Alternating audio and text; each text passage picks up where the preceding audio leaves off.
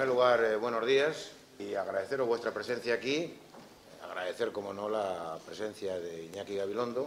Hemos estado dentro de un ciclo de conferencias organizada por la Agrupación de Periodistas de Comisiones Obreras, por la Fundación Sindical de Estudios.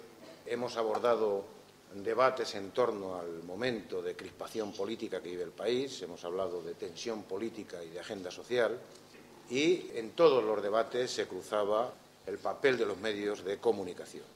De ahí nuestro interés en abordar un debate y, además, con una de las voces más autorizadas de la comunicación en nuestro país, abordar el periodismo en tiempos de crispación política que está afectando a los derechos y a las libertades. Por eso, ante unas elecciones, la mejor respuesta es la participación, y la mejor respuesta es la participación porque es la respuesta democrática a la crispación. Hoy estamos aquí porque nuestro país vive una confrontación incruenta desde el punto de vista de las vidas humanas, pero con un gran coste social y democrático. La consigna lanzada por el Partido Popular de boicotear los medios de comunicación del Grupo Prisa nos sitúan en un escenario en el que la crispación, cuando no el exabrupto, son ya algo habitual al recibir información de la actualidad política. Hola, buenos días a todos. En fin, quiero agradecerles a ustedes que me hayan invitado, porque para mí es una oportunidad. Yo me paso la vida hablando, pero la parte más didáctica de mi vida es la parte de mi vida que dedico a escuchar. Y yo he venido aquí con la esperanza de escuchar. Yo no tengo las respuestas que seguramente ustedes esperan, tengo las preguntas, me las formulo.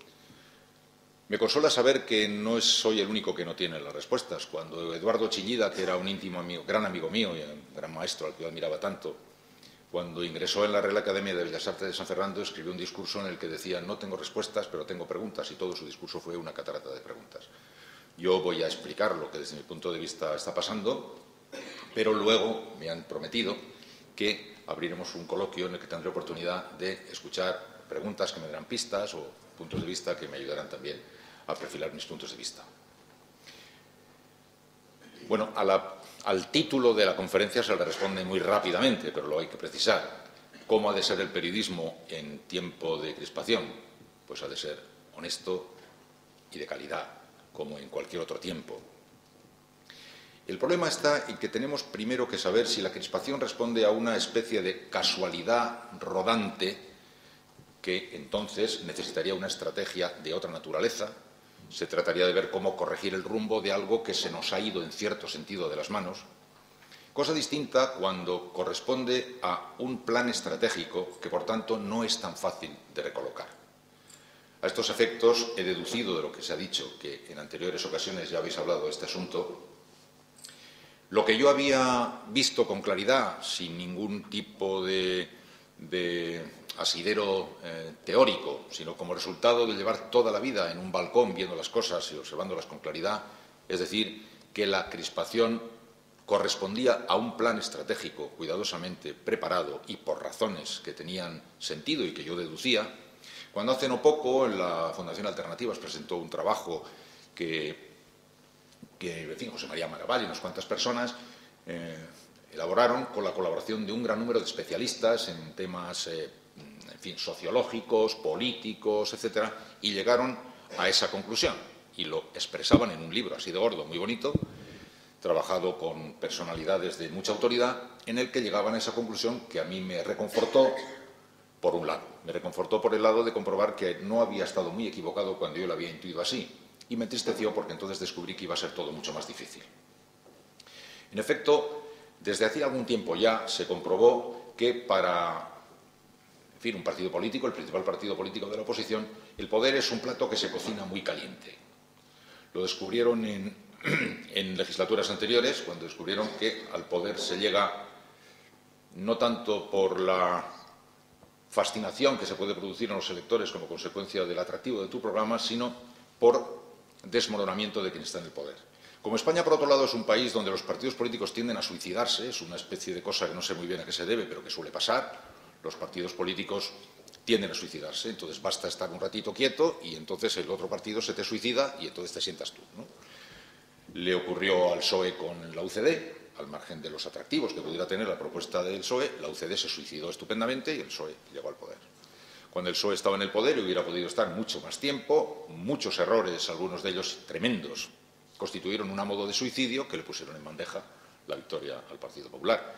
Bueno, el Partido Popular tal vez hubiera podido resistir un poco más, pero se suicidó él solo con una segunda legislatura verdaderamente disparatada, de manicomio, a la que acompañaron algunos errores de un calibre tal como la guerra de Irak, apuntarse a la mayor catarata de mentiras y, además, a la peor gestión que se ha hecho en la vida, de forma que en este momento la guerra de Irak creo ya que figura en los anales de la alta política internacional como el mayor desastre que mente alguna haya podido organizar. Participemos en eso. Añadiendo a la catarata de mentiras entre el 11 y 14 de mes, también el Partido Popular se pegó un tiro en la boca y facilitó las cosas al Partido Socialista, que está en el poder. Algunos ahora creen que el Partido Socialista también puede hacer cosas parecidas a esas. Si no ahora, a lo mejor más adelante. Vamos a ver si alguna vez se acaba esta manía que tienen los partidos para suicidarse. Pero yo le he oído decir a importantes personalidades del Partido Popular que el poder no se gana, sino que se derrota al que lo tiene. Se lo he oído decir yo, o sea que no es que me lo haya contado nadie. Yo he oído a personalidades muy altas del Partido Popular decir eso. El poder se obtiene como consecuencia de que fracasa el que está mandando. Como alguna experiencia anterior le pareció confirmar ese punto de vista, coincidieron después del 11 de marzo varias cosas. Una, que el disgusto colosal por la derrota electoral. Otra, la sensación de ruidoso fracaso, porque no se pasa con mucha naturalidad de la mayoría absoluta a la derrota. Normalmente en España nunca lo había hecho nadie. Se pasa de la mayoría absoluta a una mayoría relativa y de la mayoría relativa a la derrota, pero de la mayoría absoluta a la derrota a nadie. La sensación de fracaso tan grande, la sensación de herida profunda, de un dolor profundo que tenía el partido, que se sintió, por lo que sea, pues no que sea, en fin, herido de una manera tal, salió de ahí con un profundo rencor, de manera que su rencor más su cálculo racional de las cosas le llevaron a la conclusión de que la estrategia mejor iba a ser la estrategia de la crispación. Yo creía que esto había sido algo que se había deducido como sin querer de la propia circulación y de un paso que sucede al otro. Los expertos del grupo Alternativas, al que yo hace un rato me he referido, dicen que no, que se planeó cuidadosamente como consecuencia de un análisis de la situación. Dicen, en España son más los que estarían del centro a la izquierda que los que están del centro a la derecha. De manera que el objetivo es siempre sacar de la agenda los temas que puedan tener un carácter más social, un carácter más conectado con la vida cotidiana, donde podría encontrarse el Partido Socialista más cerca de la mayoría, y colocarlo en esos temas transversales donde, al margen de la ideología que se tenga, figuran elementos que pueden resultar de mucha pegada para provocar la abstención de aquellos que puedan componer esa mayoría. Digamos, si son más del centro a la izquierda, tenemos que tratar de evitar que todos los que son del centro a la izquierda voten a un partido, y tenemos que tratar de conseguir que los que son del centro a la derecha voten a nuestro partido. Repito, eso decían los de Alternativas.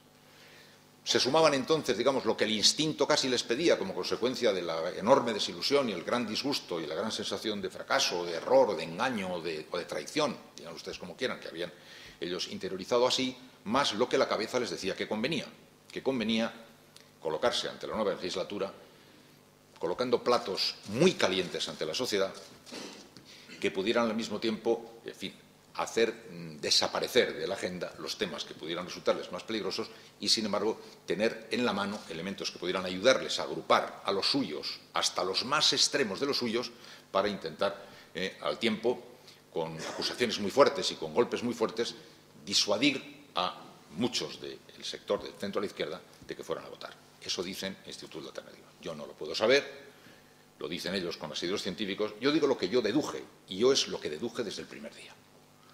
Yo hace mucho tiempo que he dicho, los del Partido Popular se enfadaron conmigo muchísimo hace mucho tiempo, porque yo decía que yo nunca le he visto al Partido Popular dejar el tema del terrorismo fuera de la disputa partidista. Nunca lo he visto.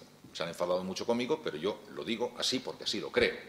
Y lo comprobé además de forma muy fehaciente el día del homenaje a Miguel Ángel Blanco, cuando murió Miguel Ángel Blanco, en la celebración que se hizo en la Plaza de Toros de las Ventas, porque ya ellos no se acuerdan, pero el día que Miguel Ángel Blanco estaba secuestrado, en aquellos 2 días del ultimátum indecente de ETA, se celebró una gigantesca concentración en la Puerta del Sol en la que una persona habló en nombre de todos y esa persona que habló en nombre de todos fui yo.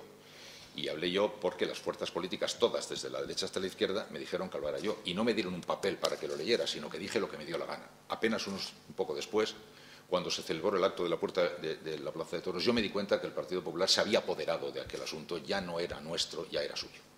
Yo enseguida me di cuenta, inmediatamente me di cuenta. Y no me di cuenta tanto de que estaba intentando establecerse una estrategia, sino que como aquel asesinato terrible había provocado aquella terrible sensación, el Partido Popular se creía más autorizado que nadie a llevar la bandera de la lucha antiterrorista. Aznar había sido él mismo víctima de un atentado. Por tanto, ¿quién se va a atrever a disputarnos a nosotros la titularidad de este asunto, que es nuestro asunto? Desde aquella reunión yo me di cuenta de que íbamos a empezar a quedar arrinconados todos los demás.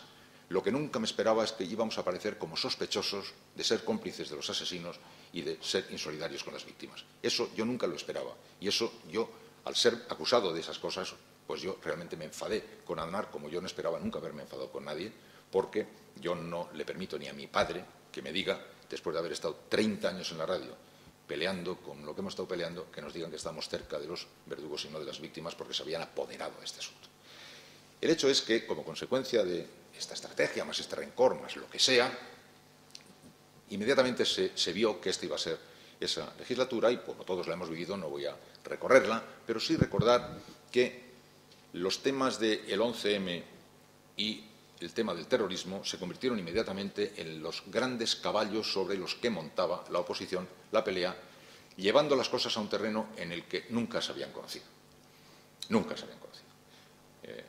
Traición a los muertos, rendición ante ETA, venta de España a pedazos, todo eso se ha dicho. Si fuera así, el presidente de Gobierno debería estar en la cárcel y condenado a cadena perpetua. O si no hay cadena perpetua, inventarse la cadena perpetua para que se le pudiera aplicar la sanción que le corresponde, ¿no? Una acusación de esa naturaleza tenía que provocar inevitablemente una enorme tensión, pero no digamos nada en el 11M. En el 11M no es que no estamos muy seguros de que sea lo que dice la Fiscalía o la Justicia, no. Es que no se quiere averiguar la verdad. Es que se ha demostrado en la investigación parlamentaria. No se ha permitido que vengan aquí todos los que nosotros hemos pedido. Cuando hemos visto después en el juicio que los que el Partido Popular había pedido que fueran a hablar al Parlamento eran esos confidentes chivatos que cada 5 minutos han dicho una cosa diferente, esa gente de 8ª división, del peor jaez, que mienten como hablan y como respiran, y que a la segunda bofetada dicen lo primero que han dicho antes y lo segundo que han dicho después, esos eran los que quería el Partido Popular que fueran al Parlamento a explicar lo que ocurrió en el 11M. Eso es lo que después se ha ido viendo en el juicio. El hecho es que el 11M fue también utilizado, pero no para mantener la duda de lo que pudo el Gobierno haber hecho entre el 11 y el 13. No. Para empezar primero de una manera tímida y después de una manera más clara, hasta finalmente verbalizarlo con todas las palabras, que eso había sido organizado, dirigido y ejecutado por una turbia y misteriosa nube compuesta por ETA, desde luego, los servicios secretos, policías, el Partido Socialista, en un asunto que Federico Jiménez Los Santos en la radio resumía de una manera verdaderamente inaudita en la frase: ETA le tiene cogido a Zapatero por los vagones. Frase que no es que dijo una vez, sino frase, eslogan, en la que él resumía el pensamiento que venía a ser ese. Bueno, si quieren luego comentamos lo que nos parece que eso pueda pasar en una radio de la Iglesia. Por el momento lo dejo a un lado. Pero que eso se estuviera diciendo nos anunciaba ya la naturaleza de la acusación. No estamos hablando solamente de una acusación, sino de una acusación de una gravedad superlativa, que sumada a la acusación de gravedad superlativa del tema anterior, que es el del terrorismo, llevaba las cosas no a un nivel de crispación, que me parece una palabra verdaderamente pequeñita, una palabra, en fin, juvenil, me parece bisutería. Lleva los temas a un territorio guerra civilista. Y los que han tenido, como yo, se han tomado la molestia de leer los papeles del colectivo Almendros anteriores al 23F, los papeles del colectivo Almendros del 23F, publicados en el diario del Alcázar, que están a disposición, que los verán, son las notas de las hermanitas de la caridad, son verdaderamente, en fin, observaciones de querubín al lado de las cosas que oímos todos los días y que leemos los periódicos.